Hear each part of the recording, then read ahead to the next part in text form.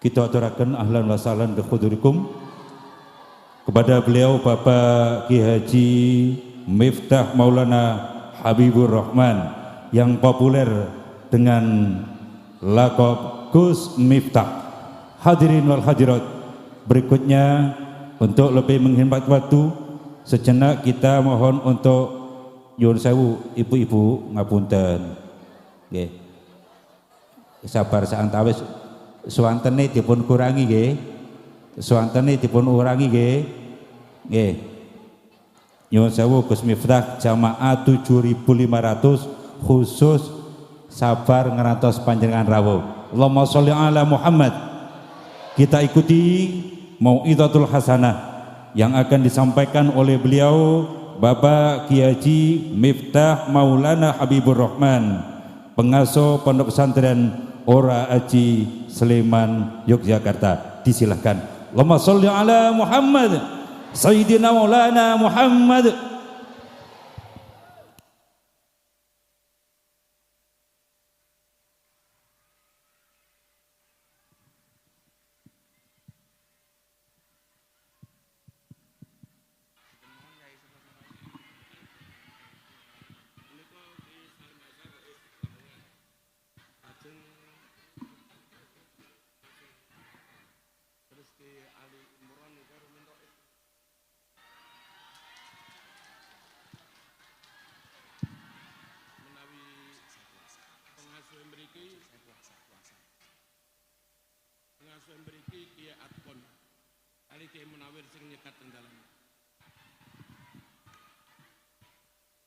Assalamualaikum warahmatullahi wabarakatuh.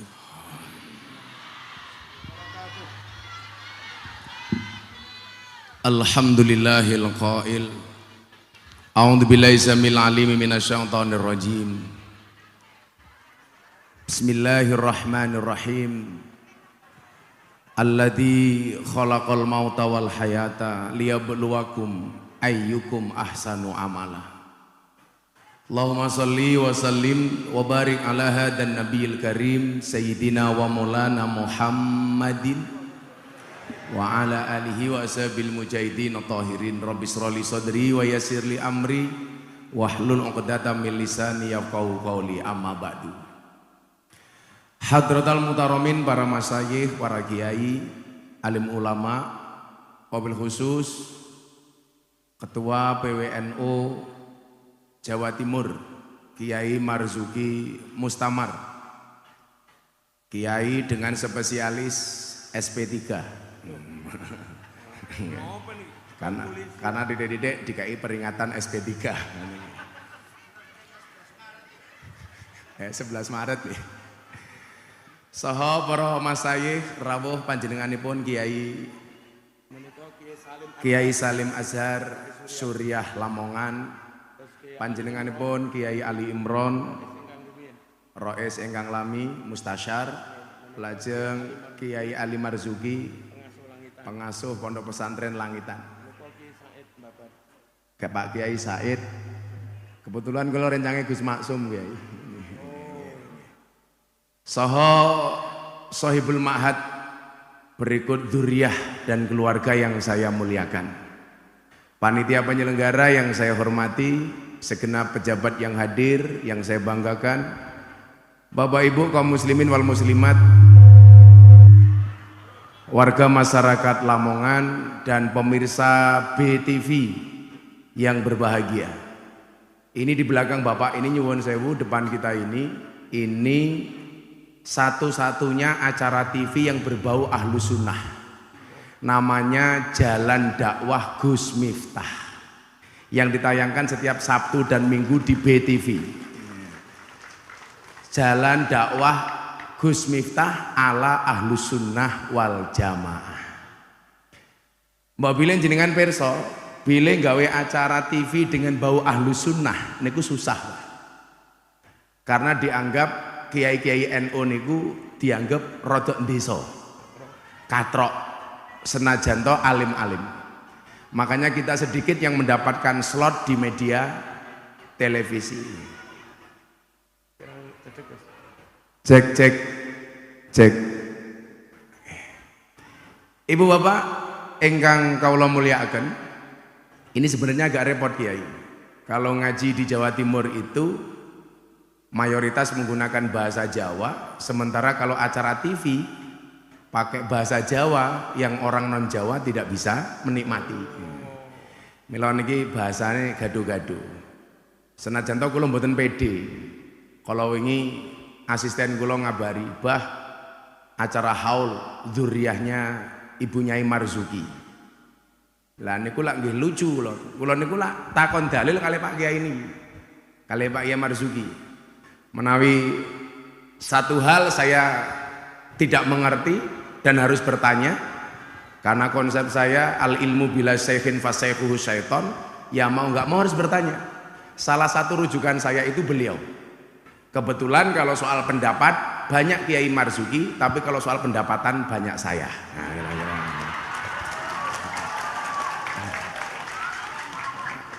Karena kalau sering matur sama Pak Kiai Marzuki, mohon maaf Pak Kiai, kita berada di atas panggung yang sama, tapi dengan amplop yang berbeda.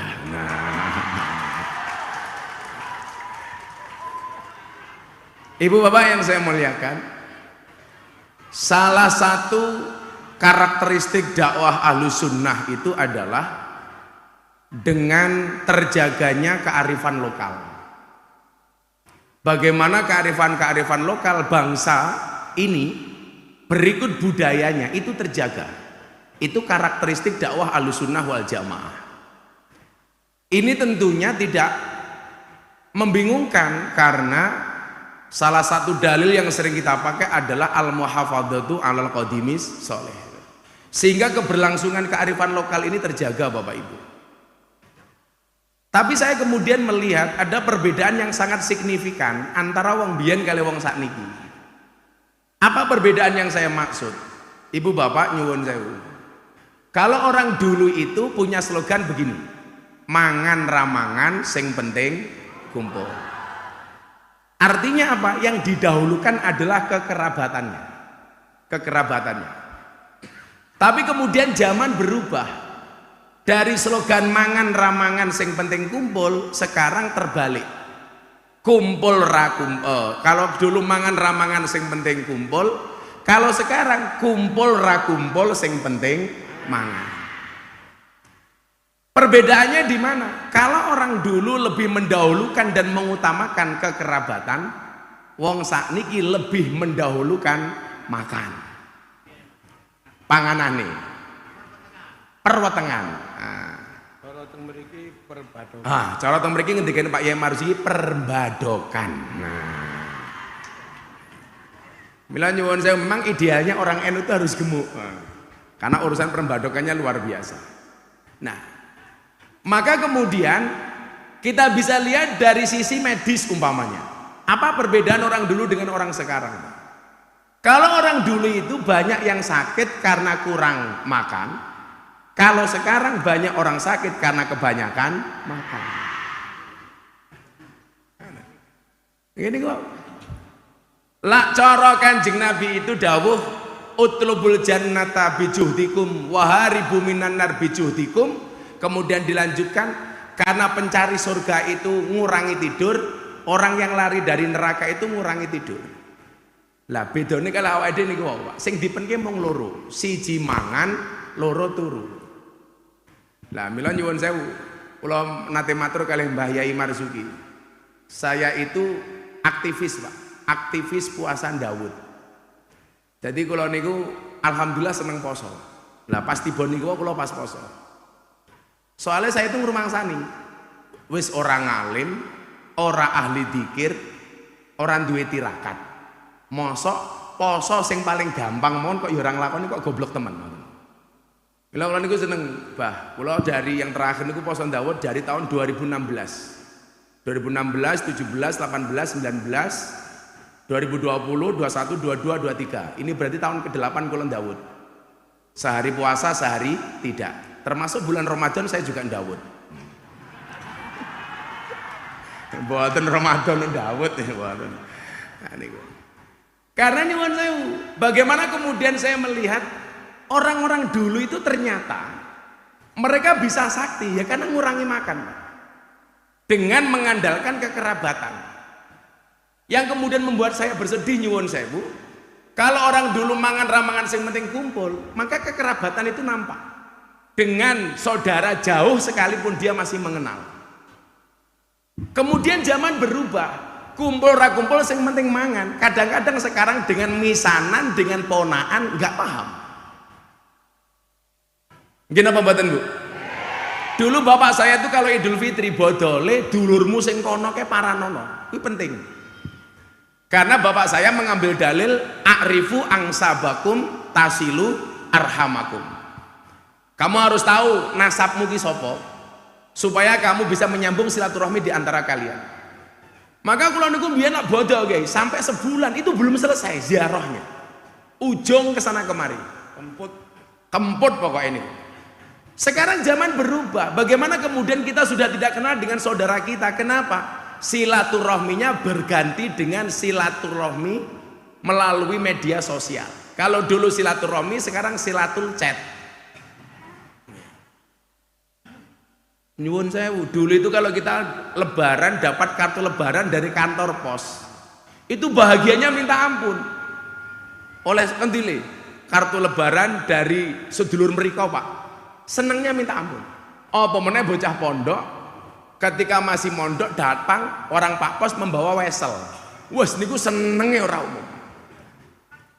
Berbeda dengan hari ini Bapak Ibu, silaturahmi itu menjadi hilang.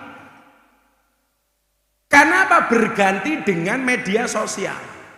Mungkin kelebihannya kalau dulu Bapak Ibu tidak ngundang Kiai Marzuki, tidak bisa mendengarkan fatwa dan dawuhnya Kiai Marzuki. Kalau sekarang mohon maaf, minimal bisa melalui TikTok. Kalau usia-usia seperti Pak Kiai Marzuki ini tidak kenal TikTok, biasanya yang sepuh-sepuh itu Facebook Pak.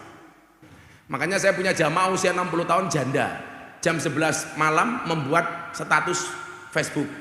Ada nggak yang mau jadi imamku? Wah, rondon itu Pak. 60 tahun.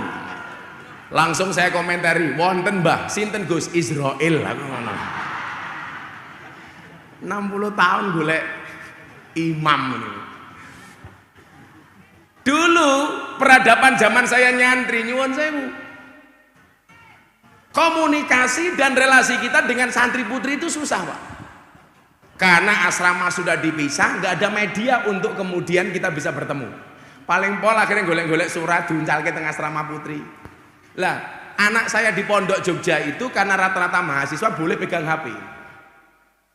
Dan ternyata memang benar, di satu sisi HP itu bagus, di satu sisi eleke ra umum, Pak. Jadi santri kula niku Kiai kalau siang boleh membawa HP karena kuliah. Lah kalau malam harus disimpan di dalam. Lah saya itu biasanya nakal. Saya lihat kadang-kadang santri lupa menghapus chattingnya kepada siapa. Santri putra, WA santri putri, gitu kan. Dek, mau nggak kamu jadi makmumku? Ndelas santrine wedok ki ndagel, ngapunten Mas, kula pun salat.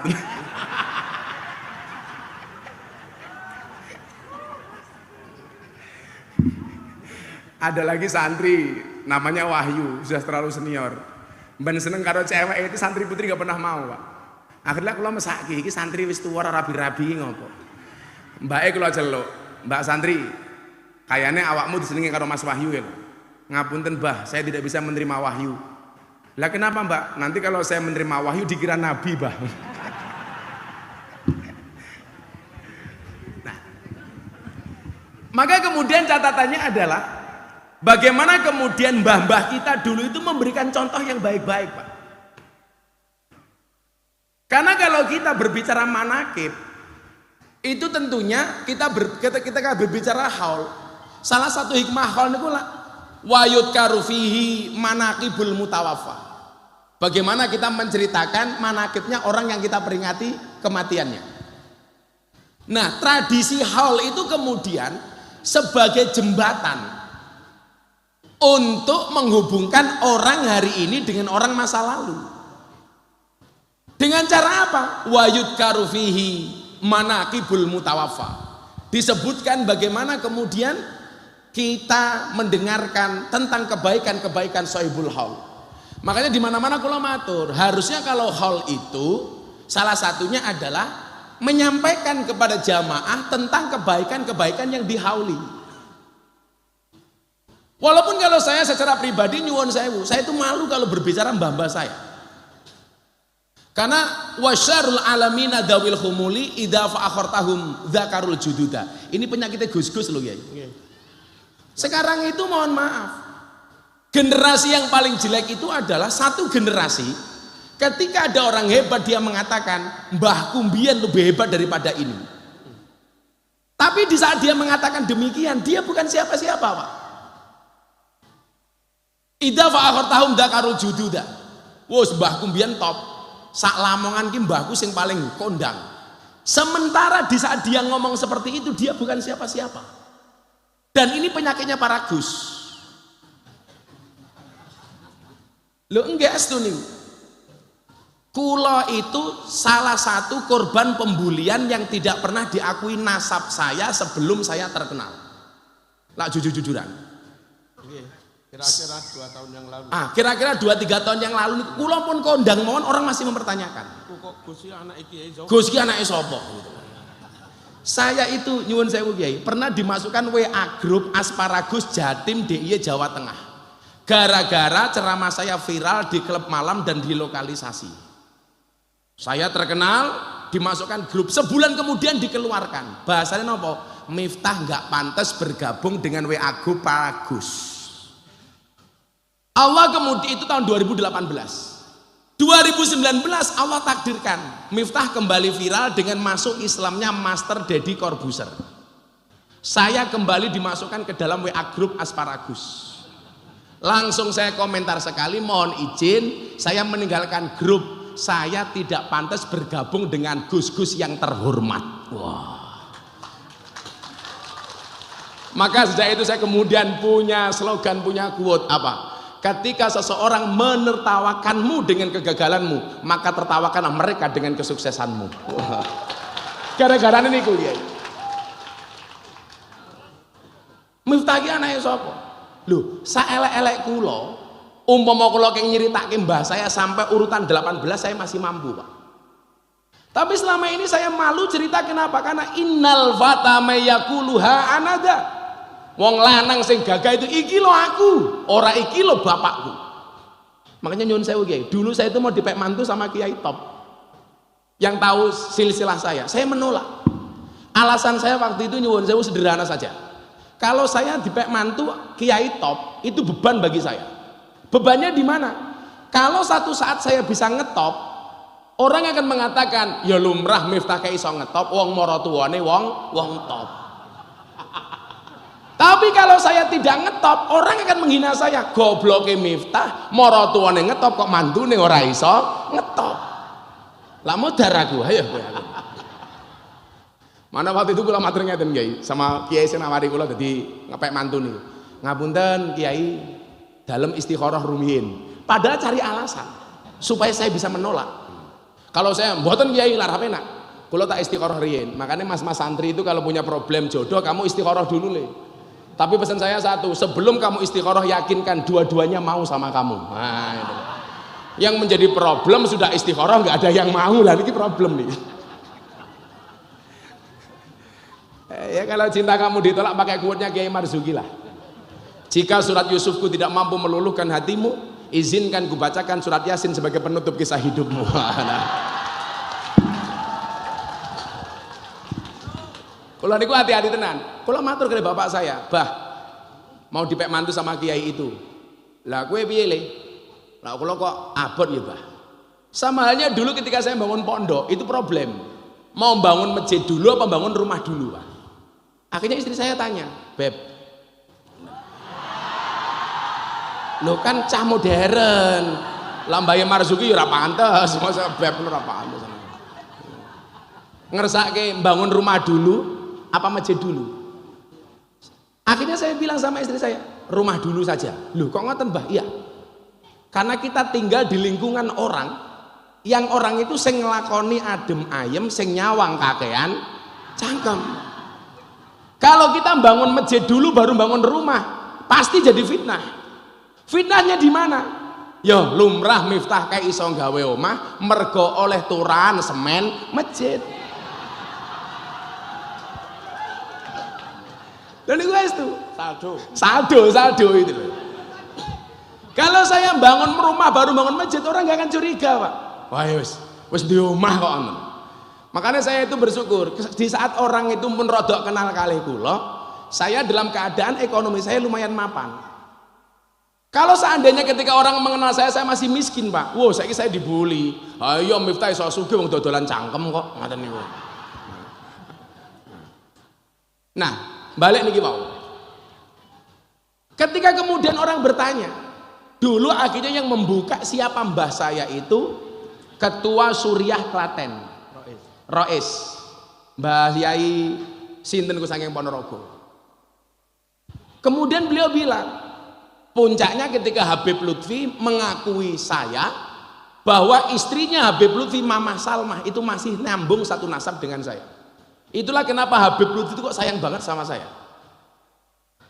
Melanjutkan persani toh, mungkin pendereknya Habib Lutfi yang paling disayang beliau, termasuk kemarin panitia multaqo ulama sufi sedunia itu hanya dirembuk oleh 3 orang, Abah Lutfi, Miftah, sama Pak Prabowo Subianto. Aku mau multaqo ini loh, orang mau multaqo cerita itu loh. Karena kalau yang menceritakan Pak Kiai Marzuki pasti SP3 gitu loh. SP6. Oh, SP6 udah 5 kali soalnya. Lah kula lah mboten, kula cerita. Abah Lutfi bilang begini, "Le, ini besok kita mau ngumpulkan 60 negara untuk multaqo ulama sufi sedunia nih." Abah dawuh, kira-kira sing pantes jadi ketua panitia siapa ya, Le? Abah ngersake bagaimana? Saya pengen yang membuka multaqo ulama sufi sedunia itu presiden. Berarti ketua panitianya kudu keren, Le. Wakil ketua panitianya Miftah, kowe golek ketua. Abah saya tanya, matur, "Bah, lah Abah ngersake sinten?" Wis kira-kira sing iso mbotoi sapa, Le? Lah ngoten niku ngoten. Lah mong dadi ketua panitia ra gelem mbotoi ya minggat wae kan ngoten. Akhirnya dawuh Mas Prabowo. Pun akhirnya terjadi itu. Maksud saya apa? Ini menunjukkan kedekatan saya dengan Habib Lutfi. Nah, waktu itu Abah bilang begini sama saya. Niki nyuwun sewu, Kiai. Tidak saya kurangi, tidak saya lebihkan. Makanya kenapa kemudian saya itu ngerti banget, paham banget barokah itu apa. Tahun 2008 Habib Lutfi itu manggil saya ke kamar. Beliau bilang begini sama saya, "Le, satu saat kamu akan menemukan satu zaman di mana hasute kiai kuwi luwih gede tinimbang hasute santri." Loh, niki kula ngomong niki abot lho niki, soalnya ngarep kula kiai kabeh lho niki. Ning mergo niki dawuhe Abah Lutfi kula wani matur. Dadi lak jenengan nyalahke kula, monggo kula sowanke Habib Lutfi. Insyaallah akses kula 24 jam sama Abah itu. Kok ngoten, Mbah? Sok kowe bakal ngerti. Nyatane tenan. Kula nemoni niku. Siji, sebulan kemudian kula ditimbali melih. Le, pengen menghancurkan Indonesia ini gampang kok le saiki. Bagaimana caranya, Bah? Dengan cara menghancurkan Nahdlatul Ulama 2008. Kula matur melih. Cara menghancurkan Nahdlatul Ulama dos pun tiba gampang. Ngedu kiai, ngedu Habib. Niku tahun 2008, Pak. Kiai diadu sama kiai, Habib diadu sama Habib, kiai didu sama Habib. Jenengan persani tuh. Hari ini bagaimana kemudian kita dikejutkan, itu betul-betul terjadi bagaimana Habib dengan kiai saling menyerang. Itu sudah disampaikan Habib Lutfi tahun 2008. Ketika beliau mengatakan hasute kiai luwih gede, Le, faktanya benar. Begitu saya ceramah, Pak, di lokalisasi, sudah dihajar habis-habisan saya. Dan yang membela saya orang-orang top, Pak. 1 Maulana Habib Lutfi bin Yahya Pekalongan, nomor 2 guru saya Al-Mafullah Mbah Demyati Rois Kendal. Mbah Demyati niku kula yaum ningali YouTube kula. Gus Alam Putra itu kadang-kadang rada nakal. Diganti YouTube-nya Gus Miftah dengan YouTube-nya Gus Bahak. Napa dawuh Mbah Dim? Ojo diganti Gus Bahak. Ngapa? Lak kaya Gus Bahak aku iso, lak kaya Miftah aku ra iso. Soalnya ra mungkin Mbah Dim misuh kaya kula, lak ra mungkin ngoten lho. Dadi Mbah Dim niku ra iso kaya kula mergo kula iso misuh, Mbah Dim ra pantes misuh, ngoten lho. Rasa mancing-mancing contone cah niku lho. Lah wong nyatane pas kali kan mboten Abah. Haule Mbah Yai Wahab Hasbullah. Kula Mbah Yai Marzuki, Pak Kiai Said, Kiai-kiai sami kumpul, Pak Presiden Zoom, pejabat-pejabat mirsani. Lah kok ceramah kok kula. Kula ngaji 40 menit, rampung diparani Pak kali Mbah Yai Hasib. Miftah, wonten dawuh Kiai, aku gelo karo awakmu. Waduh, salah apa iki kula mboten. Aku gelo karo awakmu. Wonten dawuh, Mbah. Ngaji kok 40 menit belas ra misuh ki kepiye karo. Aku mbaten jadokno misuh aku mah. Wong wedok rasa mancing-mancing. Lah wong kula niku umpama ngaji ora miso ya iso. Wong nyatane wong NU ora sacah nom. Kader NU niku jenengan pirsani. Yang paling sering diundang ceramah di hadapan presiden sinten? Ya Miftah dadakno. Alah, pripun. Kula benjang niku Oktober angsal undangan saking presiden 2 kali, Bah. 1 forum investor dunia, pertemuan di Jakarta. Setiap tahun saya ngaji kula. Jadi investor-investor dunia ngumpul di Jakarta dalam acara Forum Investori Daily Summit 2023. Pasti saya disuruh membuka ceramah.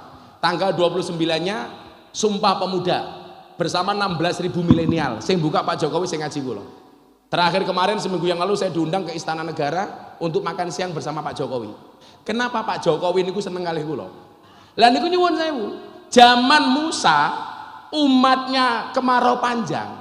Itu kan ketika sholat istisqa tidak turun air hujan, Allah hanya mensyaratkan 2 hal supaya hujan itu turun. Siji, umatnya Nabi Musa kon dadi umat sing rukun.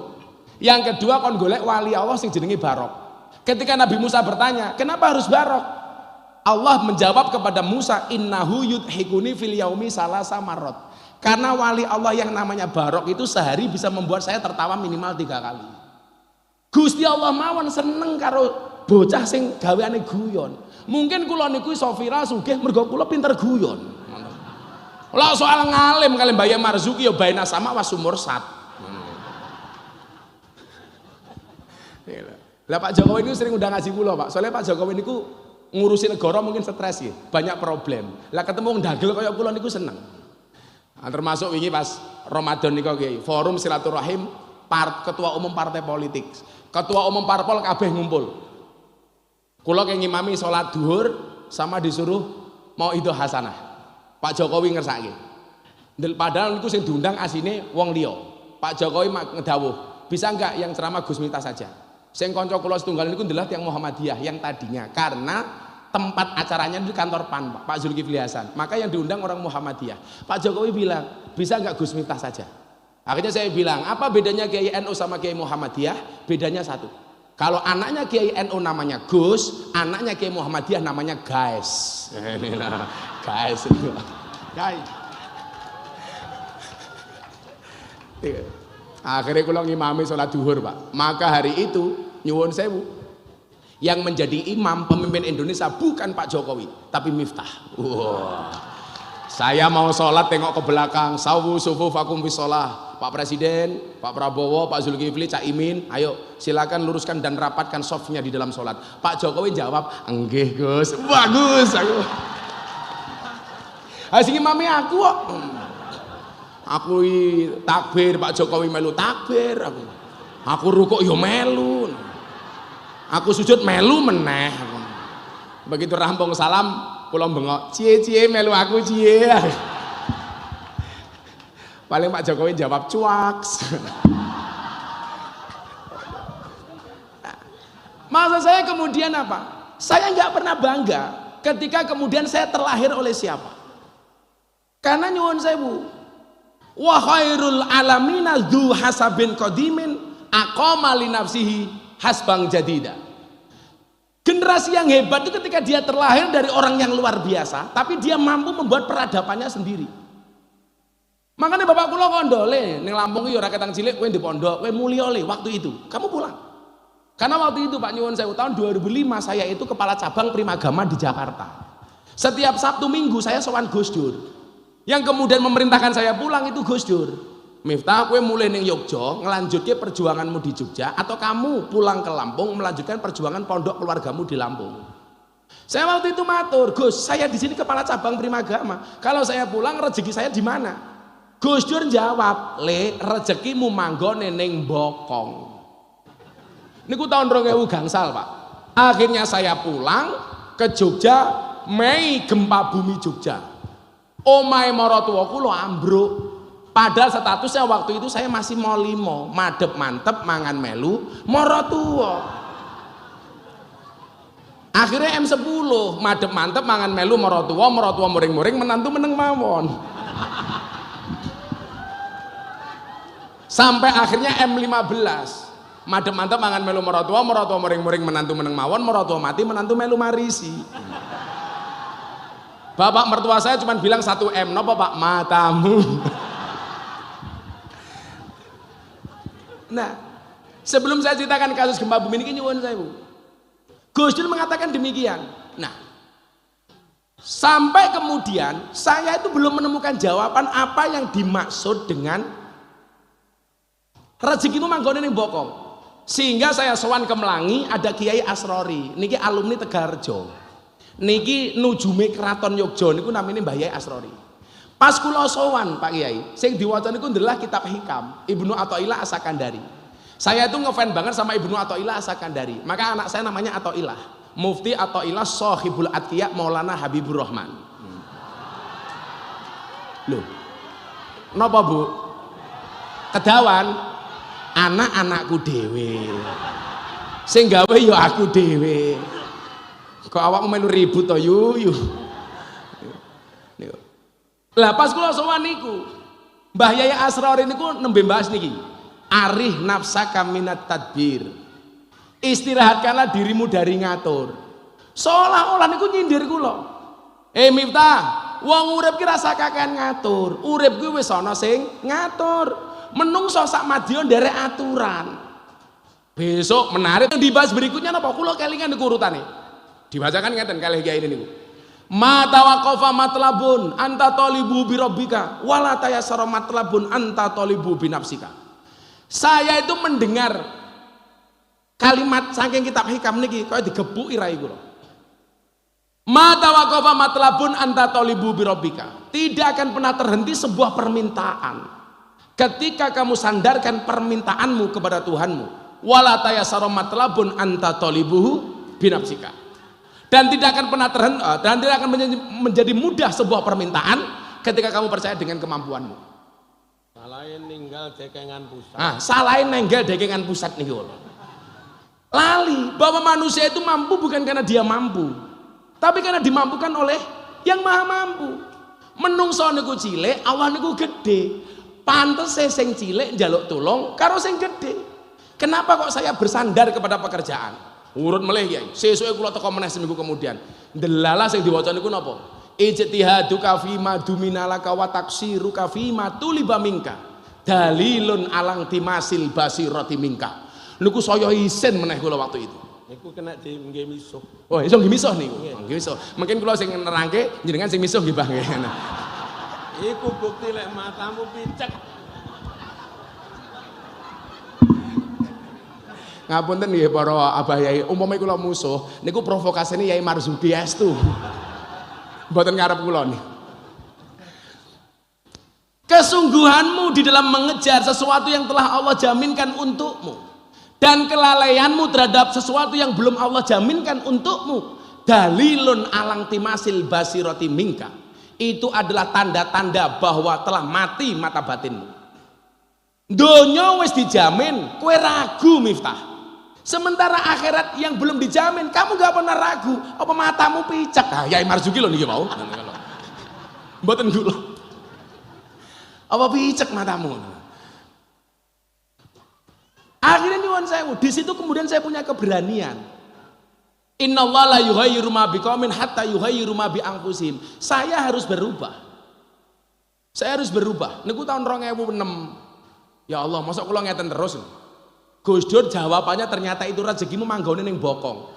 Sebelumnya saya suudon Pak, karena tahun 2005-2006 Mbak, itu rame-ramene penyanyi dangdut dengan goyangan bokongnya. Mbak Inul goyang ngebor. Apa aku kudu ngebor? Kudu ngecor waktu itu. Kula niku mikir, apa kudu buka titik jos. Ternyata jawabannya niki. Pun kula sowan bapak ibu kula teng Lampung, karena kebetulan bapak ibu saya itu pergi ke Lampung. Walaupun aslinya Ponorogo. Nah, akhirnya kula matur, Bu, Kula mang tambahi dongane mawon, kula tak berjuang teng Yogya. Lah saiki nyambut gawe ning Dile, pun kula didhawuhi kali Gus Dur rezeki kula manggone ning Bokong. Pas gempa bumi, Gus Dur tindak teng Yogya. Kula ngawal. Beliau melihat kondisi gempa bumi di Bantul. Begitu kondur teng bandara kula matur, Gus, kula niku mbiyen mantuk teng Yogya lak dawuhe jenengan. Kok kula mantuk malah kula tambah kere. Maratuwa kula omahe ambruk. Gus Dur jawab, sing sabar le, sing sabar. Kula matur, sabar niku enten watese napa mboten Gus? Sabar kuwi ora ndek wates, sing ndek wates mung Kediri.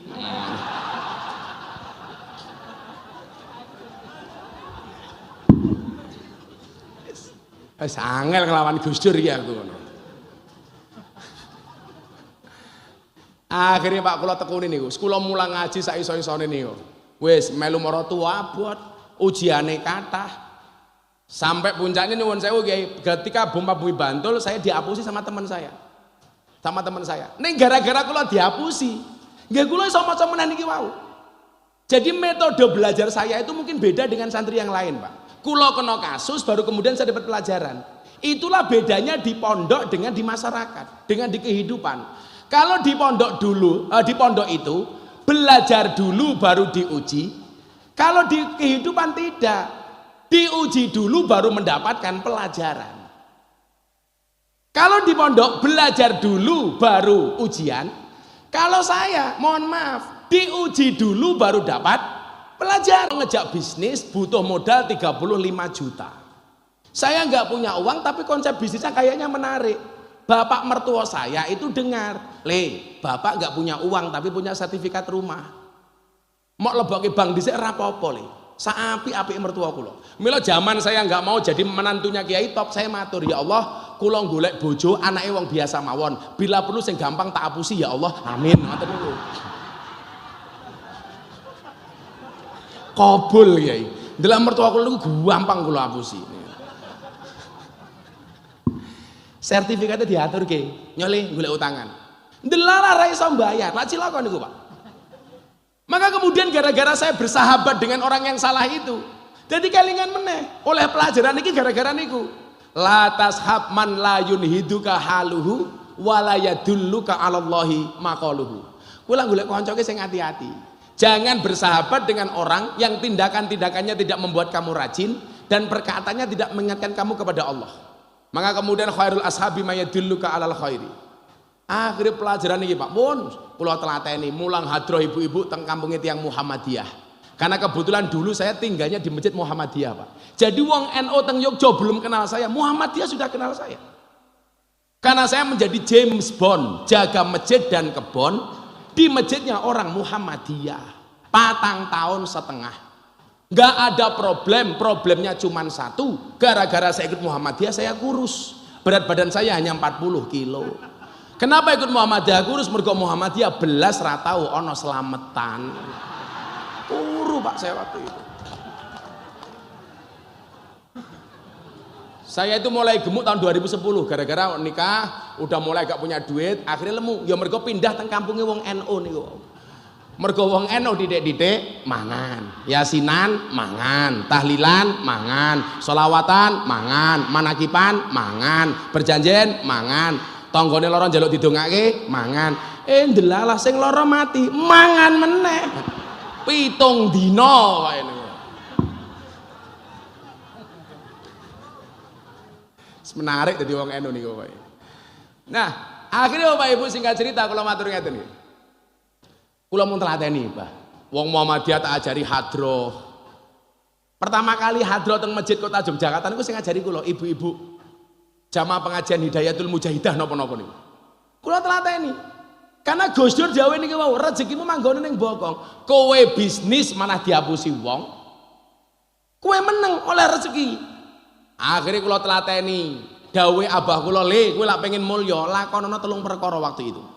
1 tirakat, 2 sedekah, 3 ziarah." Niku dawe abah kula.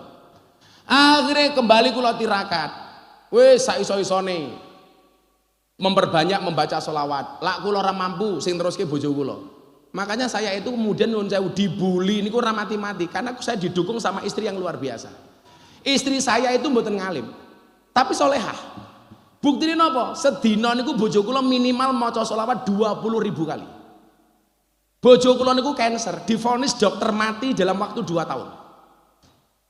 Niki dokter meh kula gubuk cangkeme niki. Estu ya. Saya pulang dari Palembang, diceluk karo dokter, Gus, istrinya Gus Miftah mungkin bisa bertahan hanya 2 tahun. Karena ini berat. Wah, lah kula mboten terkenal, Pak. Tak wantemi dokter ini. Estu nih. Akhirnya saat itu saya nggak mau berobat di Jogja itu gara-gara itu, Pak. Saya kemudian berobat ke Malaysia. Ke Malaysia waktu itu. Akhirnya bojo kula kalau kandhani sudah, Bunda berangkat ke Malaysia, niatnya nggak usah berobat. Niatnya apa, Bah? Niatnya jalan-jalan saja sama shopping. Istri berangkat tak kasih ATM, tapi tidak saya kasih nomor PIN-nya. Wes waman kula pokoknya.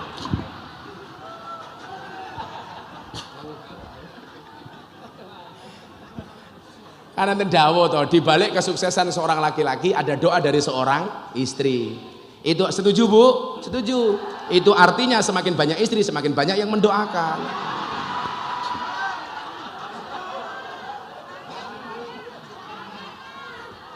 Enggak bahaya tak? Santai mawon, nak kaya kula, kaya Abah Marzuki ini tipe-tipe suami yang setia. Ora pengen wedi karo bojo tak kandhani. Wong Kiai NU niku sak alim-alime diketak bojone goblok dadak tak kandhani. Niku Kiai Yogya lho nggih. Lak Lamongan nggih insyaallah lah.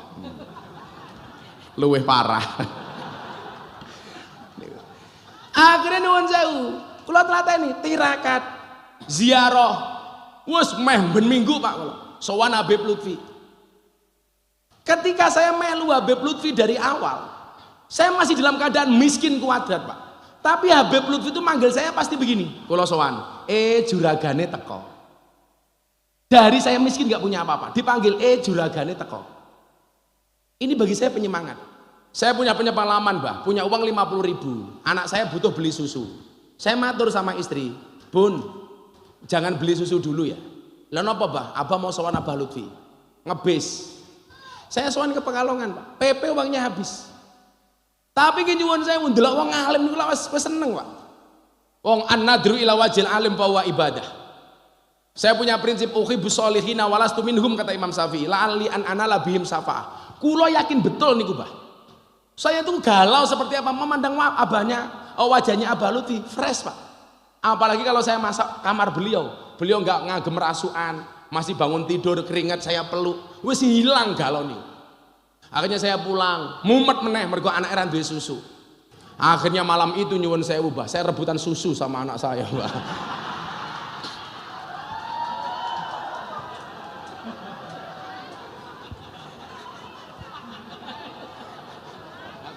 Enggak bahaya ta. Bahaya ki lek jenengan wis tuwa.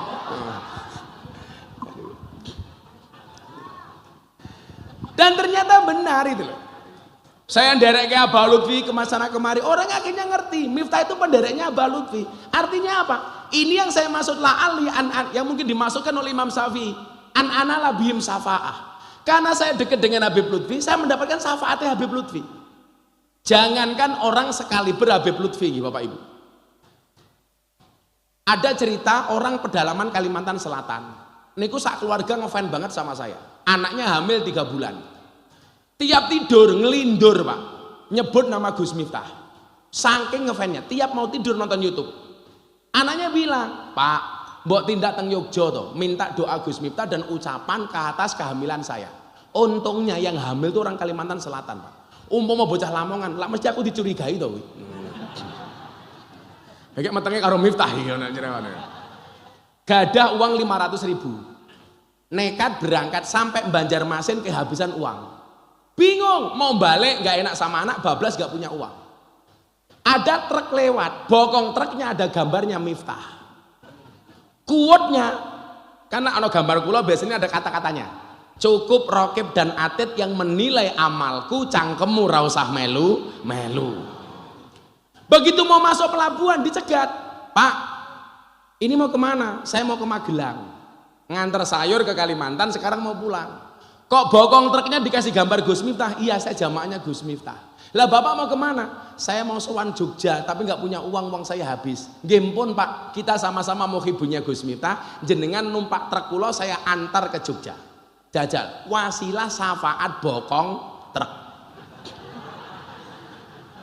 Apa meneh wong-wong ngalim, wong-wong soleh, kaya Habib Lutfi, kaya kelasé langitan umpamane. Kelasé bokong truk sing gambare Miftah mawon iso nyafaati wong susah. Ayo kowe.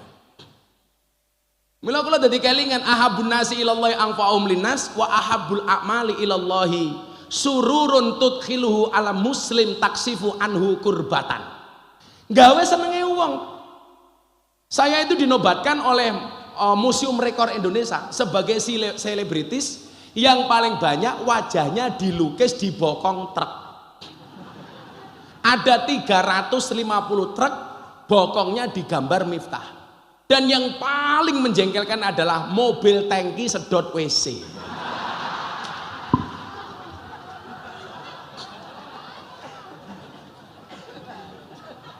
Dan kata-katanya ini ku nyindir santri. Kalau dia pulang mondok kok nggak bisa makan.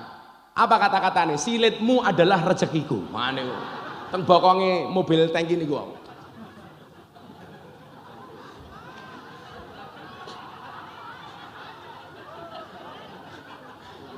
Rezeki ini buang sampah kayak gini. Jajal Pak. Sehingga kemudian di situ saya paham betul kita dengan keberkahan. Lah keberkahan ini yang punya siapa? Ya orang-orang soleh, ngoten lho. Uhibbus solihina walastu minhum la'ali ana labim safa. Kula nemplek kali Habib Lutfi. Le kowe sok juragan. Oh nggih, Pak. Dan ternyata itu benar, Pak. Maka kemarin ketika ulang tahun terakhir, Bah, di hadapan orang lain. Bah, kenapa dulu Abah manggil saya juragan zaman saya miskin? Donga le. Karena doaul mar'i li akhihi ka du'aihi li nafsihi. Doa kita kepada orang lain sama halnya kita mendoakan diri saya sendiri. Maka ndongake sing apik-apik mawon, Pak. Gus Miftah sugih, men jenengan melu sugih. Maka saya ini saya berdoa, saya doakan Mbah Yai Marzuki nikah lagi. Itu berarti mendoakan diri saya sendiri. Seseumpama bojoku protes, kok rabi meneh, Pak? Mergo aku ndongake Mbah Yai Marzuki. Lah ya ngono ta.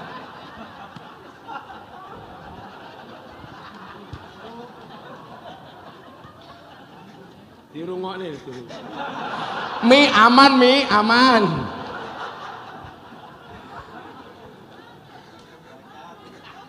Kenapa, Bu? Kacamata.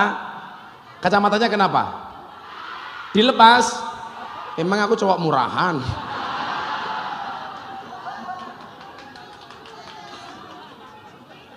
Sing mau rungake iki suaraku rasa mataku ngono lho. Insyaallah. Shallu ala Nabi Muhammad. Ya selawatan dhisik le, selawatan le ya. Bapak NU Ibu Mus. Monggo semangat kula sing poso mawon semangat kok mosok jenengan mboten semangat. Sing bengoke banter tak dongake utange lunas kok ya. Bapak NU Ibu Mus. Kakang Ansor Adeva taya tahlilane saben malam. Mule tahlilan padha nggawa rahmat berkat sing dipikir.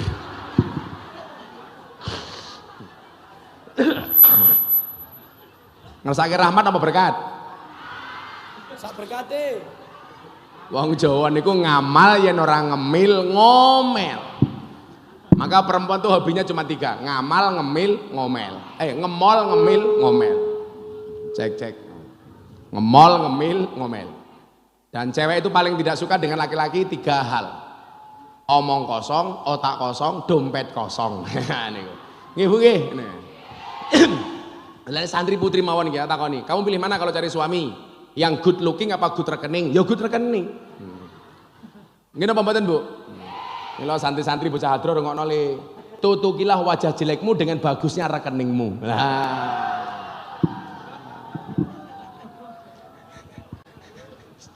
Santai le santri kok. Kalau santri modalnya mau sarung, jawaban jangan lihat sarungnya tapi lihat ilmunya goblok isinya. Tahlilane saben malam. Mulai tahlilan padha nggawa salatullah salamullah ala Rasulillah, Rasulillah. Salatullah, salamullah ala yasin habibillah. Salatullah, salamullah ala yasin habibillah. Yen wis mati bondo ra melu, bojo ayu wis ana sing nemu, wis ana sing nemu. Sing ning kubur rasane lara, anak bojo ra tau ndonga. Sing ning kubur padha tangisan, anak bojo rebutan warisan. Salatullah, salamullah ala taha Rasulillah, Rasulillah. Salatullah, salamullah ala yasin habibillah. Salatullah, salamullah ala yasin habibillah. Bocah cilik diulang ngaji, sesuk yen gedhe dadi kiai. Amin. Urip pisan aja mung dolanan, ayo sregep nderek pengajian. Urip pisan aja mung dolanan, ayo sregep nderek Ya Allah, sholawat. ya Allah. Salatullah, salamullah ala taha Rasulillah, Rasulillah. Salatullah, salamullah ala yasin habibillah. Salatullah, salamullah ala yasin habibillah. Sallu ala Nabi Muhammad. Dolan ning sawah dos ning kali, kayu nangka digawe lemari. Kiai Marzuki gagah lan sregep ngaji, oke rondo sing njaluk dirapi.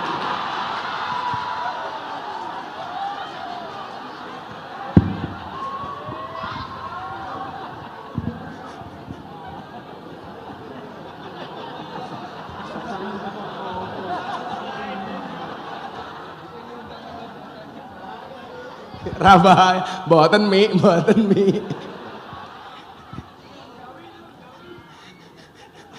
Ndawuhe mi, awas kowe mulih kowe. Alhamdulillah. Wes diganti.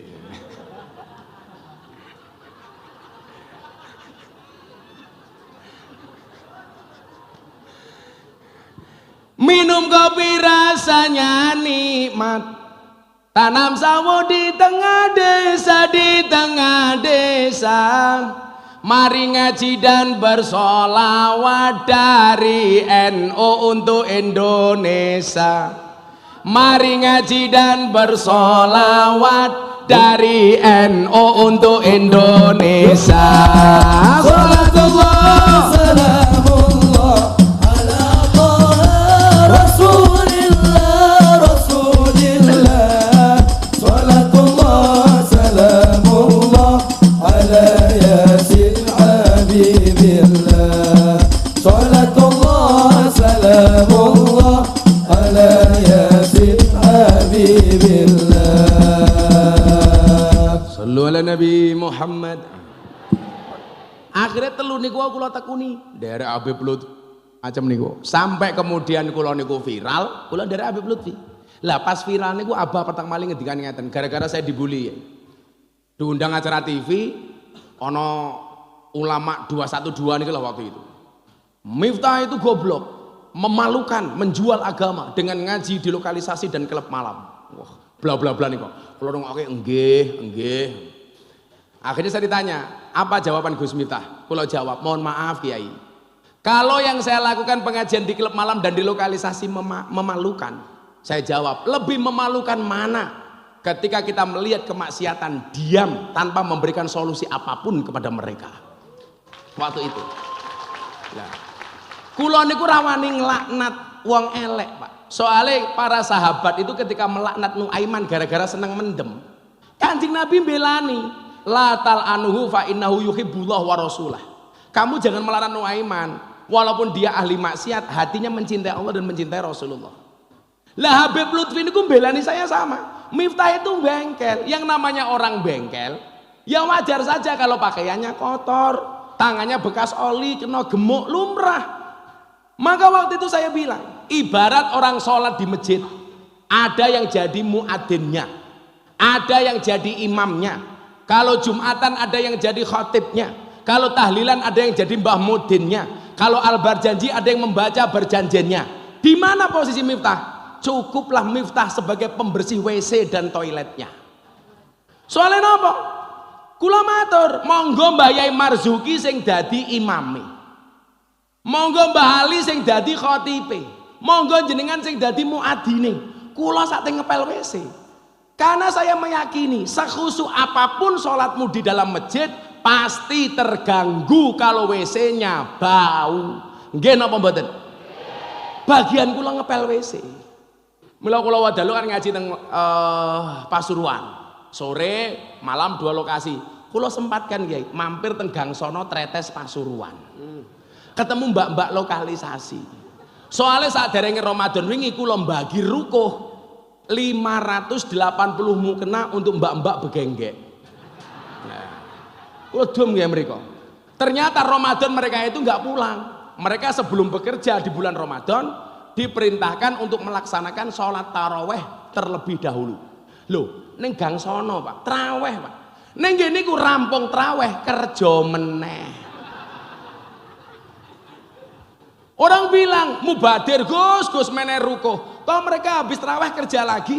Saya bilang, dari mana Anda mengatakan mubadir? Orang berhenti maksiat sedetik saja itu berpahala. Apalagi taraweh. Jangan mengatakan maksiat, jangan mengatakan mubadir Pak. Maka nyuwun sewu, Abah, yang saya gunakan itu dalil Gusmi. Gusmi mengatakan begini, kula niki lak muhibbin dzikul ghafilin. Maka di pondok saya itu rutinan malam minggu pagi dzikul ghafilin. Liman ahabba ayyusara ma'al auliya wassolihin. Gusmi mengatakan ngeten, pandanglah orang lain dengan kacamata hakikat, pandanglah diri sendiri dengan kacamata syariat. Pandanglah orang lain dengan kacamata hakikat supaya kita tidak gampang menyalahkan orang lain, tidak gampang menghakimi orang lain, tidak gampang memvonis orang lain.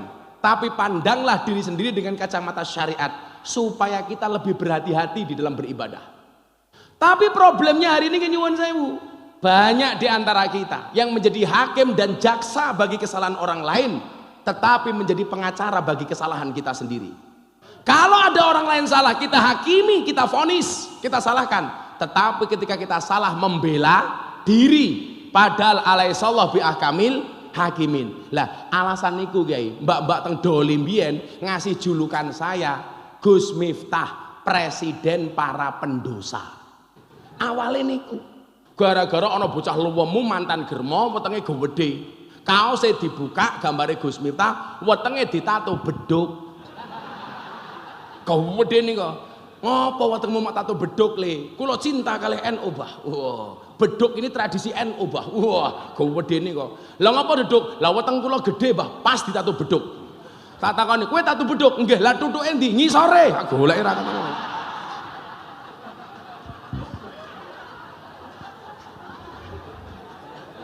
Tak otak-atik ora ketemu aku.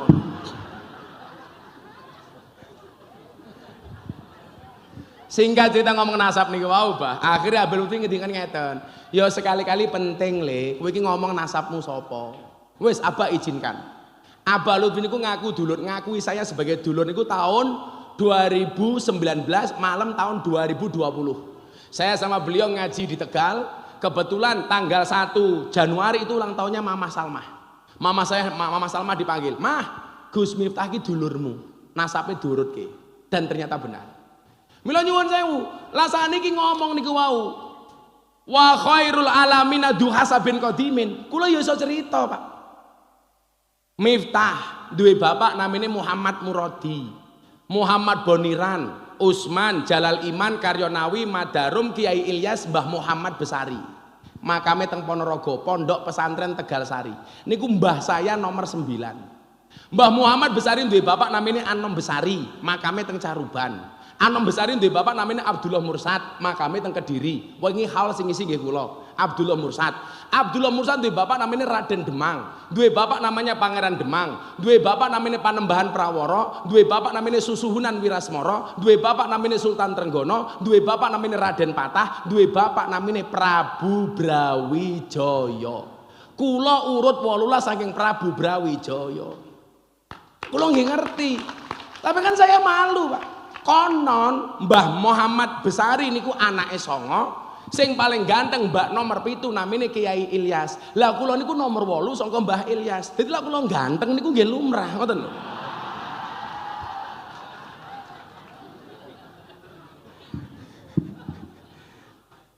Kenapa kemudian saya malu?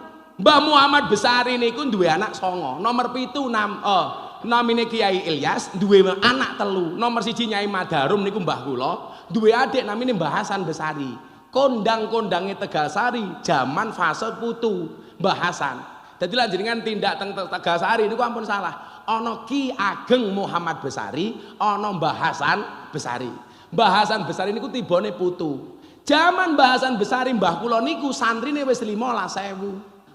Makanya kenapa kemudian ditangkap sama Keraton Solo? Karena Mbah Hasan Besari diisukan menerapkan syariat Islam di Ponorogo. Ditangkap mau dipenjara ke Sumatera. Karomah Mbah Hasan Besari muncul. Napa? Saben diunggahke praune ra iso mlaku. Didokke praune murip meneh. Munggah nggih mati meneh. Akhirnya Mbah Hasan Besari dipenjara di Kasunanan Surakarta. Datang bulan Maulud, Mbah Hasan Besari niku suarane apik. Begitu Mahalul Qiyam, anake rajane krungu suarane Mbah Hasan Besari jatuh cinta. Akhirnya apa? Dia mengatakan, "Pak, kula kudu dirabeke kali niko, lak mboten kula mati mawon." Mbahku, Bro, mbahku. Ngapunten lho, Pak. Gagah. Akhirnya rabi. Maka kemudian kenapa Ponorogo dengan Solo itu dekat? Karena Pek Mantu. Yang membuat saya lebih malu lagi kenapa? Jenengan persani, murid-murid saking Mbah Hasan Besari.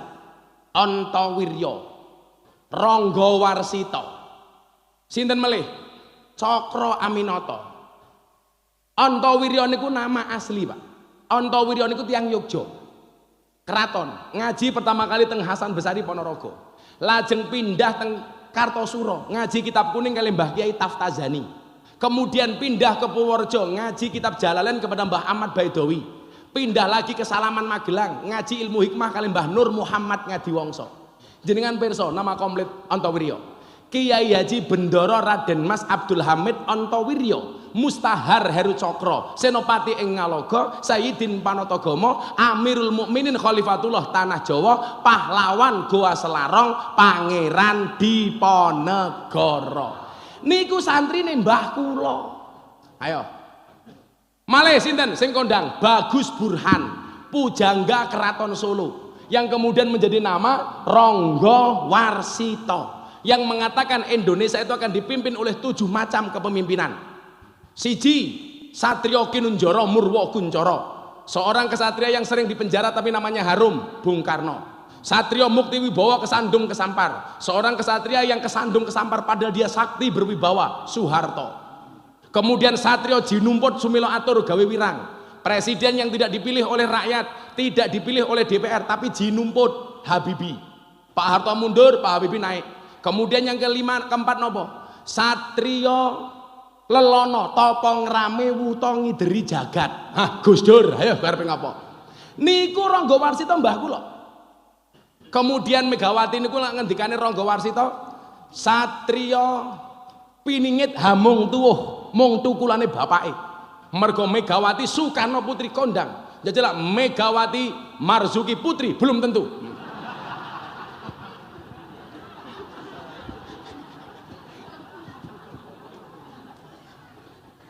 Kemudian yang keenam niku miturut Rangga Warsita, Satrio hambukane gapura gelar kloso tanpa nglenggahi. Niku dianggap Pak SBY. Soalnya napa? Iso nata negara. tapi gelar kloso, tapi rasa nglenggahi. Musibah tok. Bantul, gempa bumi, Aceh, Sumani dan lain sebagainya. Apa kayak tsunami kok tsunami? Lah sing nomor 7 niku, Lah Ronggo Warsito niku namung ngendikan ngeten. Indonesia itu harus punya kepemimpinan yang seperti nomor 7. Tapi nyuwun sewu niki tafsirnya beda-beda. Satrio Pinandito Sinisian Wahyu Ratu tanpa mahkota. Kalau dipimpin oleh ini nyuwun sewu Indonesia bakal makmur 100 tahun. Sing model ngoten niku. Niku dawuhe Ronggo Warsito. Beda menawi dawuhe niku Jongko Jayabaya. Lah Jongko Jayabaya namung ngendika ngeten. Presiden Indonesia rata-rata mburine O. Lah Gus Dur niku jan abnormal kelainan. Ora O iso dadi presiden. Ketika ditanya Gus Dur, jadi presiden modalnya berapa Gus? Aku jadi presiden mau modal dengkul. Kuwi wae dengkule Amin Rais. Nah niku Gus Dur. Lah nganggo Jongko Jayabaya Pak Amin Rais sak lawase ra bakal iso dadi presiden. Soale mburine kudu O, Pak. Soekarno, Soeharto, Susilo Bambang Yudhoyono, Joko Widodo, Prabowo, umpamane ya ora apa-apa.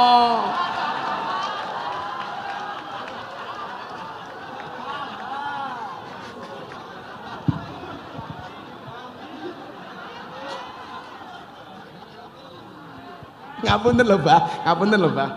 Estu sengaja niki mau.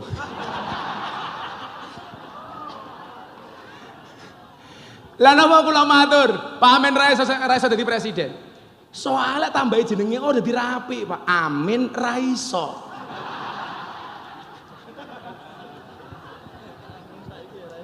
Raiso nggih, Pak. Maka kemudian hal ini nyuwun sewu sebagai penutup jam 5:30 nggih.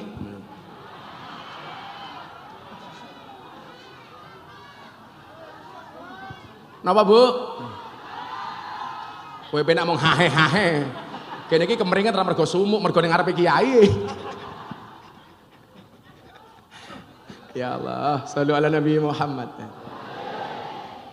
Niki lho pokoke, agama Islam itu harus hadir sebagai solusi. Dan kalau di masyarakat, Islam itu sebagai solusi ya NU, Pak. Soalnya sing iso nyenengke ngene iki namung NU, Pak. Yakin pun. Liyane iki watos-atos. Mula kula dhewe iki ra yakin. Ah mosok wong NU bareng wong PKS. Ora mungkin. Ngono.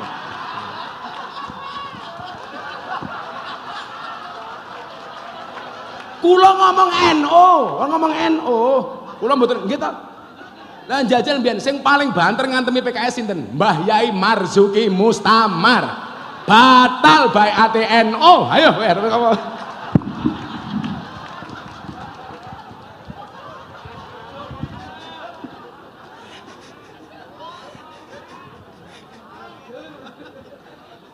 Lah kali abah kula aman. Masyaallah.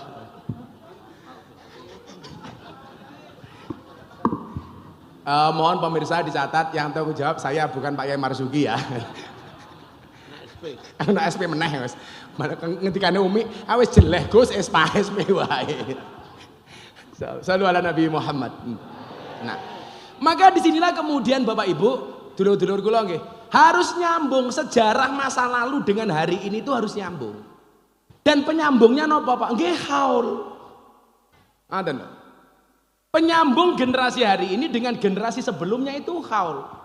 Dengan cara apa? Dengan membicarakan kebaikan-kebaikan almarhum. Maka menurut Habib Lutfi beliau mengatakan apa? Salah satu hikmah haul itu adalah menumbuhkan rasa malu. Rasa malu kepada siapa? Rasa malu kepada yang dihauli.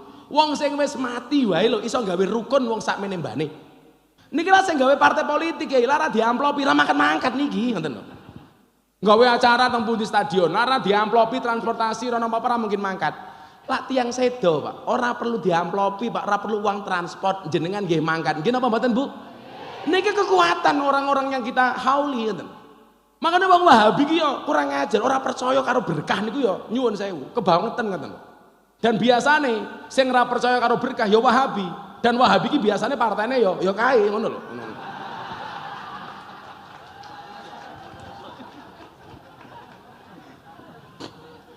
Kalau kan takoni kali kanca kula Wahabi. Gus Miftah bisa enggak membuktikan bahwa orang baik itu bisa memberikan barokah. Kula matur, awakmu ngerti definisi barokah apa ora? Cah Wabi. Apa itu barokah? Barokah itu kan maknanya ziyadah. Ziyadatul khair, ziyadatul mahabbah, ziyadatul sa'adah. Bertambah nilai kebaikannya, bertambah nilai kebahagiaannya, bertambah cinta dan kasih sayangnya. Lah, coba kita lihat bahwa berkah itu nyata kula matur. Ketika Imam Malik bermimpi ketemu dengan Kanjeng Nabi. Di dalam mimpi itu Imam Malik mendapatkan pesan. Wahai Imam Malik, baligh salami ila Syafi'i. Sampaikanlah salamku kepada Imam Syafi'i. Sing mimpi Imam Malik ketemu Kanjeng Nabi nitip salam kepada Syafi'i. Ini sama cerita yang masyhur kalau Mbah nyuwun sewu, Sayyid Muhammad Mekah itu nyuwun sewu. Kalau butuh komunikasi dengan Kanjeng Nabi, mediasinya sinten? Mbah Yai Thaifur. Makanya kenapa di Saifah itu ada Bi'ru Thaifur, ada sumur Thaifur. Penghargaan Sayyid Muhammad kepada Mbah Yai Thaifur. Ini yang mimpi Imam Malik, tapi Kanjeng Nabi nitip salam untuk Imam Syafi'i. Begitu bangun, Imam Malik ngutus santri untuk sowan kepada Syafi'i. Sampaikan kepada Pak Kiai Syafi'i, tadi malam saya bermimpi ketemu dengan Kanjeng Nabi nitip salam untuk Imam Syafi'i. Santri mangkat Pak, didhawuhi Kiai santri pun sing mboten remen. Akhirnya napa? Ketemu Syafi'i diaturke. Syafi'i seneng, saking senengnya kemudian memberikan hadiah kepada santri.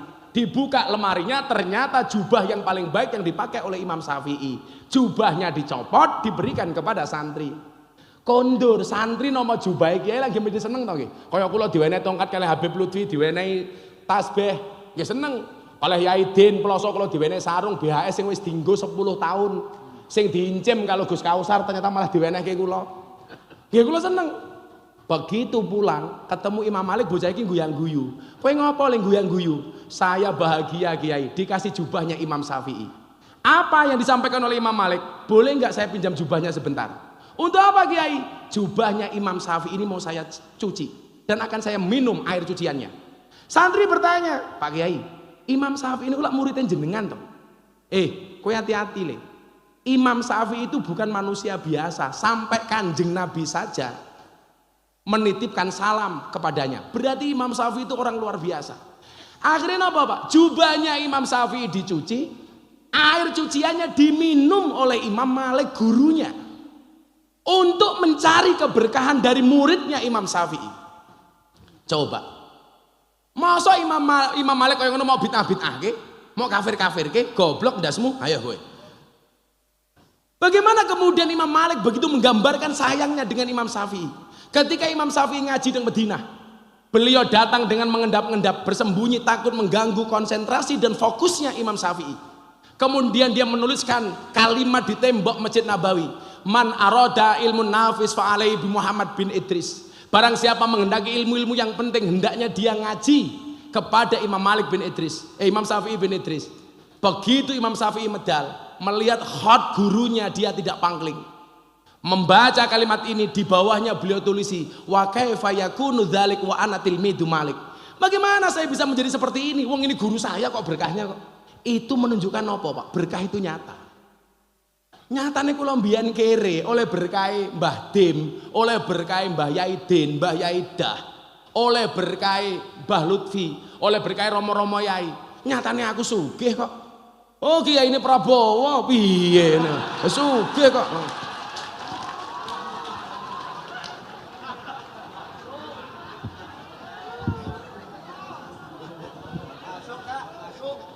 Selos ra rewel iki. Ali sing diamak mung Yai Marzuki. Yai Marzuki, kenapa kamu kemarin sepanggung sama Miftah, Yai? Musibah. Nah, sehingga kemudian kalau kita berbicara haul Bapak Ibu rahimakumullah, Ibnu Hajar Al-Asqalani ngendikake ngeten, dzikra yaumil wafati li ba'dil auliya wal ulama mimma la yanhahu syari'atul ghurra haitsu annaha tastamilu ghalian ala salasati umurin. Wis toh, jenengan mboten usah ragu dengan hal ini. Karena minimal menurut beliau hal itu mengandung 3 hal.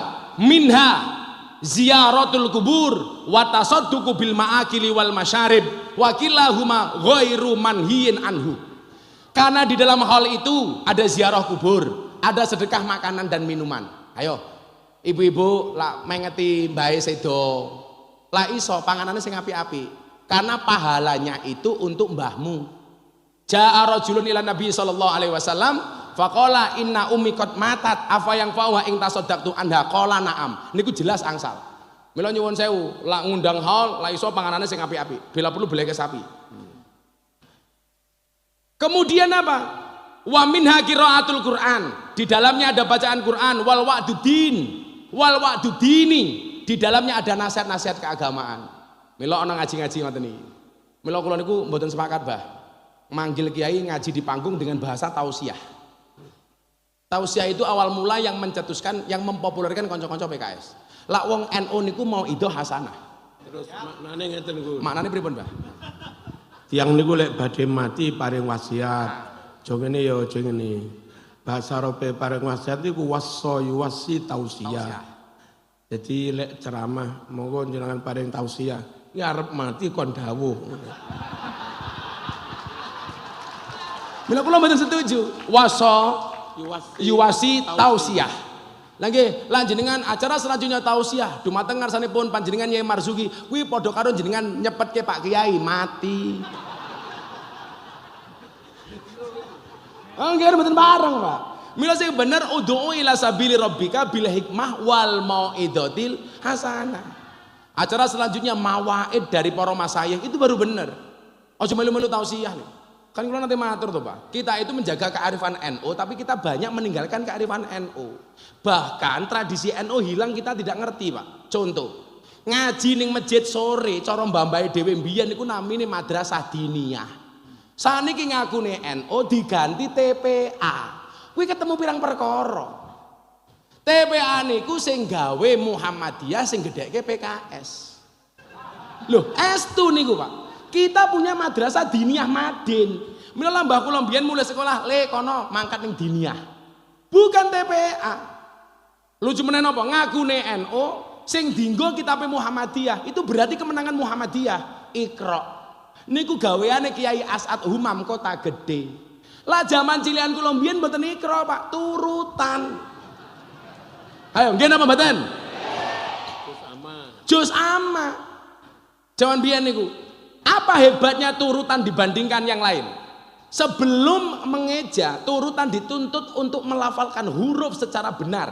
Makhrajnya, mimiknya harus benar. Kula niku mbiyen alif ba tak setahun, Pak. Bapak tangannya ning kuping. Urung iso, ora bakal diunggahke. Wis iso baru munggah.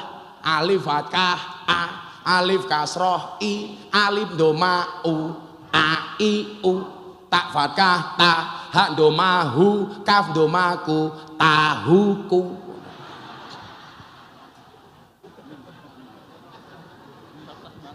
Itu kan dulu diniyah, Mbah nggih.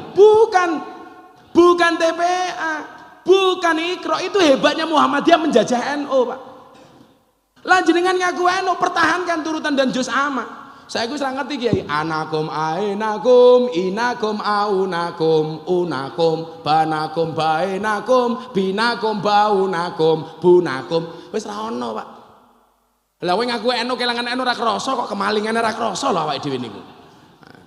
Begitu zaman biyen ngajine rong ono lampu, onone sentir, Pak maksimal petromak, minyak entek. Pak Kiai saja kirim surat ke wali santri nganggo bahasa turutan, Pak. Le suratnya kan bapakmu, dibuka bapaknya suratnya sini nopo, ba fatka ba ya fatka ya ro fatka ro bayaro. Delalah bapaknya pajaknya takuan bayar kirim surat sok fatka so ba fatka ba ro fatka ro so baro. Delalah Kiai ini mantan preman ratrimo, kon bayar malah kon sabar. Nyo suratnya kan bapakmu meneh.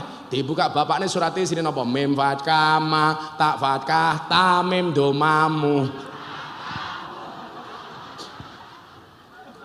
Loh ini tugas NU loh, Pak, merawat tradisi mbah-mbah kita walaupun wal akhdu bil jadidil aslah. Malih Kiai, yang saya itu nggak srek. Solawatan berjanjenan. Sekarang di mana-mana sudah diganti. Musik religi. Ya tetap saja. Bu mau kemana? Berjanjenan. Bu neng di dibaan, bu neng di solawatan. lamongan. Gayane seni musik religi sok-sokan.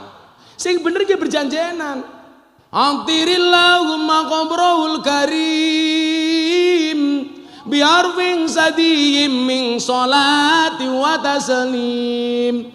Allahumma sholli wa sallim wa barik alaihi wa ala alihi. Niku mbiyen Pak, minimal malam Senin masjid-masjid NU kabeh maca memperingati hari lahirnya Kanjeng Nabi. Ibu-ibu dijaga Bu. Senajan ora fasih ora apa-apa sing penting mahabbah. Ngetrillahumma qabrul karim. Lah wong Lamongan yo ora apa-apa kok. Abadati ulim la mismidzatil aliyah Allah mustadirran faidul barakati ala ma ana lahu wa aula. Ya Allah, harus dipertahankan. Senajan to ibu-ibu Lamongan macane ora fasih. Ngapa tadi ngulngim langa mismidzatil aliyah. Serapopo. Wis ilang lho balak mboten dilek iki, Pak. Malih ziarah kubur. Hadise jelas, kungtu nahaitukum an ziaratil kubur fazurwa. Jak dadak diganti wisata religi. Goblokmu kuwi lho. Ziarah kubur diganti wisata religi kira ora pantes to. Kemana Bu? Ziarah kubur. Gagah. Mosok kowe sowan langitan kok wisata iki lho ngarang wae. Awakmu sowan Gus Dur kok wisata. Ora pantes, Pak. Ziarah kubur. Gagah. Niku baru NU niku. Wani napa mboten? Wani. Terakhir. Wa qad yudkaru fihi manaqibul mutawaffa. Dan di dalam hal itu disebutkan kebaikan-kebaikan dan manakibnya yang meninggal. Mila sadurunge ngaji wong ahli waris mesti cerita, Mbah iki mbiyen kaapiane ngene. Contoh sing kula critake siji, Pak. Mbah Dimyati Rais. Siji mawon. Sadurunge sedo, Pak. Beliau itu dua hal. Satu bertanya malam Jumatnya kapan? Setiap hari, sebulan sebelum meninggal. Iki malam Jumatnya kapan, Lam? Nomor dua apa? Beliau sebelum meninggal punya kebiasaan mendatangi warung-warung di depan pondok pesantren Al-Fadl wal Fadilah. Sing duwe warung ditakoni. Santriku sing duwe utang sapa?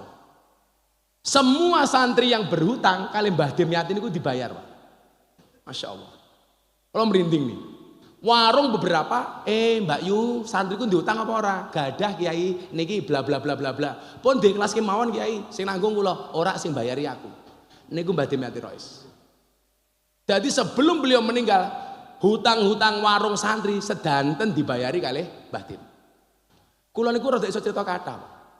Zaman Mbah Dim niku sakit 2 tahun sebelum meninggal dunia. Gus Alam niku telepon saya nangis. Gus, jenengan selonggar mboten? Wonten dawuh Gus, Abah niku sakit sudah 2 minggu. Belas enggak mau kerso keluar kamar, enggak mau makan, enggak mau ke rumah sakit. Lah hubungannya kali kula napa? Umi wae dawuh, Mbok Gus Miftah suruh ke sini. Sapa ngerti dadi obate Abah. Lah napa Gus? Soale Abah niku ben dinten nonton YouTube Gus Miftah. Akhirnya singkat cerita Mbah kula langsung sowan dugi mriko jam gangsal. Kula niku nyuwun sewu. Demok Mbah Dim niku nangis. Panasnya lebih dari 40 derajat. Sakderenge kula sowan, Mbah Dim di kamar, Gus Salam matur, "Mbah, napa mboten pindah ke ruang tamu dulu?" Lah ngopo Le? Gus Miftah badhe sowan. Miftah sapa? Miftah YouTube. Setelah 14 hari enggak keluar kamar, Pak, medal teng ruang tamu. Mun mandi nganggo baju sae niku. Kula bejeti kula nangis, Pak. 40 lebih panasnya. Mriki dicekel kiambak. Kula pijeti, ndelalah adzan maghrib. Setelah 2 minggu beliau enggak dahar. Pas kula poso. Umi dawuh, "Le, buka riyin." Kula matur, "Bah, saya mau buka. Asalkan Abang nggih kersa dahar." Apa pertama kali kalimat Mbah Dim? Aku njaluk degan sing kaya diombe Gus Miftah. Akhirnya ngunjuk degan, Pak. Begitu kula buka, kula mangan es buah. Mbah Dim dawuh, "Aku pengen mangan kaya sing dipangan Gus Miftah." Saking tresnane kali kula. Akhirnya maghrib kula salat teng kamare Mbah Dim, jamak takdim, rampung jam 7, kula sowan Abah melih. Panasnya dari 40 sekian turun jadi 36 derajat. Saat itu juga demi Allah, demi Rasulullah, Mang Tanglet kalih Bunyai Dim kabeh tangisan. Oh alah Gus, jenengan dadi obate Abah tenang. Setelah niku nyuwun sewu para yai. Abah Dem niku mulai ngendikan. Zaman aku mbiyen ngaji ngene Mbah Kiai Fadoli Senori Tuban. Kalimat yang sama diucapkan beliau diulangi sampai 15 kali. Karena mencoba merangkai kembali ingatan beliau. Nyeritake zaman ngaji kitab Ihya kali Mbah Kiai Fadoli Senori. Jam 8 Bah, mari ri. Akhirnya napa? Kula pamit. Sampai tibone sedo belas mboten sakit. Cerita niki dimirengke kali Mbah Yai Den Ploso. Sebulan sakderenge Covid. Beliau kena Covid. Le kowe rene yo. Dawuh Bah, penting kowe saiki kudu ning Ploso. Kula sowan Ploso. Wonten dawuh Bah. Ora. Kok kowe ampuh men iso nambani Mbah Dim. Mbah Yai Den niku. Akhire aku seneng karo awakmu le, nyotake sarungku. Sarung BHS sing pun diagem kali Mbah Yai Den niku 10 tahun, Pak. Sing diincing kali Gus Kausar. Akhirnya kayak kula. Wis matur nuwun ya, Abah dongakno. Seminggu sebulan kemudian Abah Yai Den Covid niku, Pak. Akhirnya telepon kula teng rumah sakit, bare tiba sedone niku. Lah maksud kula ngaten lho, Pak. Lah didelok saka ilmune jelas Miftah niku mboten ngalim. Yakin pun. Tapi kula niku keberkahan kali tiang-tiang sepuh. Kula niku keberkahan kali para-para waline Gusti Allah.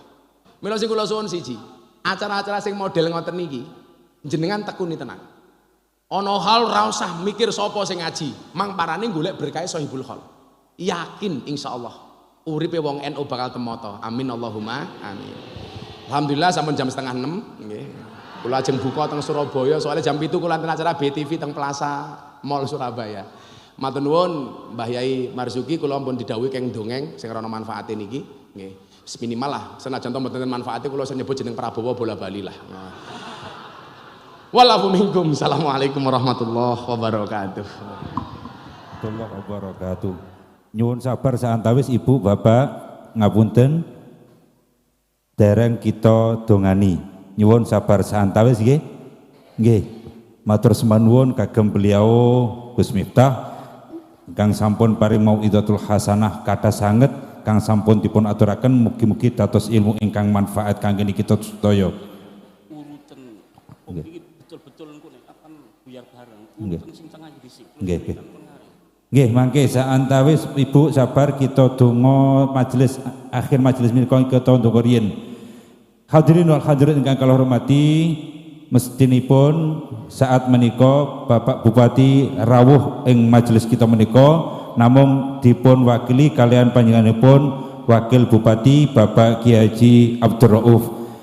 Keranten wekdal panjenenganipun Yai Abdul Rauf mboten kersa sambutan. Mila samenika kita dherekaken doa ikhtitam saking majelis menika ingkang badhe dipun aturaken kalian panjenenganipun sepindah Romo Yai Salim Azhar kang kaping kalih Romo Yai Ali Imran Muhammad dumateng panjenenganipun kanthi tertib kawula sumanggaaken.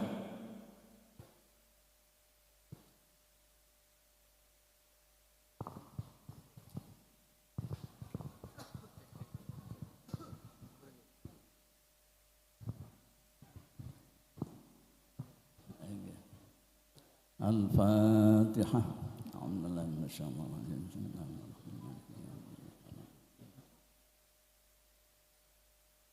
Bismillahirrahmanirrahim. Alhamdulillah min hamdan yuafi ni'amahu yukafi'u mazidah ya rabbana lakal hamdu kama yanbaghi li jalali wajhika wa 'azimi sultanika. Alhamdulillah rabbil alamin. Allahumma shalli ala sayyidina Muhammad wa ala Muhammad wa sallim. Allahumma anfa'na bima 'allamtana wa 'allimna ma yanfa'una wa zidna ilma yanfa'una. Allahumma anfa'na bima 'allamtana wa 'allimna ma yanfa'una wa zidna ilma yanfa'una. Allahumma anfa'na bima 'allamtana wa 'allimna ma yanfa'una wa zidna ilma yanfa'una. Allahumma tsabbit imanana wa nawwir qulubana wa sallimna min jami'i afadina fil akhirah wa atina ma nafi'una barakun lana ya rabbal alamin. Allahumma ja'alna wa auladana wa banatina wa dhurriyyatina wa talamidana wa tilmidatina min ahli al-'ilmi wa ahli al-khair. ولا تجعلنا وإياهم من أهل الشر والله يا ربنا آتنا من لدنك رحمة وهيئ لنا من أمرنا رشدا.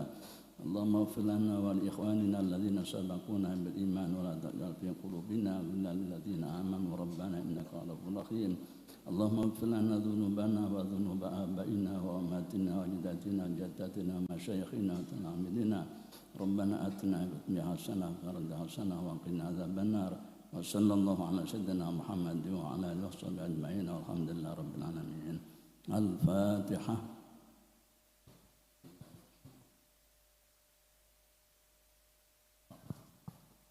Monggo jawab bareng.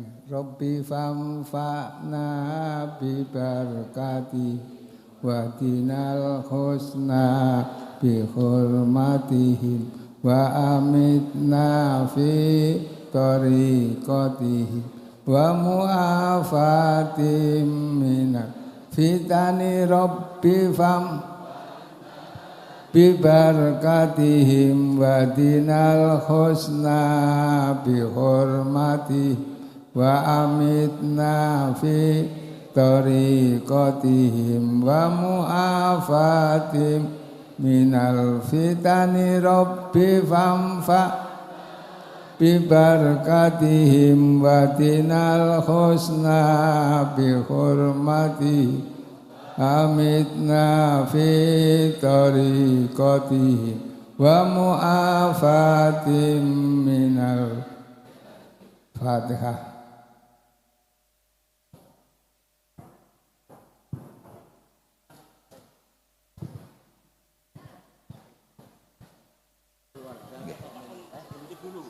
Nyuwun sewu bapak-bapak saantawis kita ampun medal riyen ibu-ibu kersane saged medal riyen. Nggih, nyuwun sewu ibu-ibu ingkang posisi ten tengah kangge menjaga keamanan dan ketertiban lalu lintas supados bapak ingkang teng kilen ampun medal riyen. Mergi mangke lalu lintas ten ngene jalan raya kersane saged dipun kendalikan.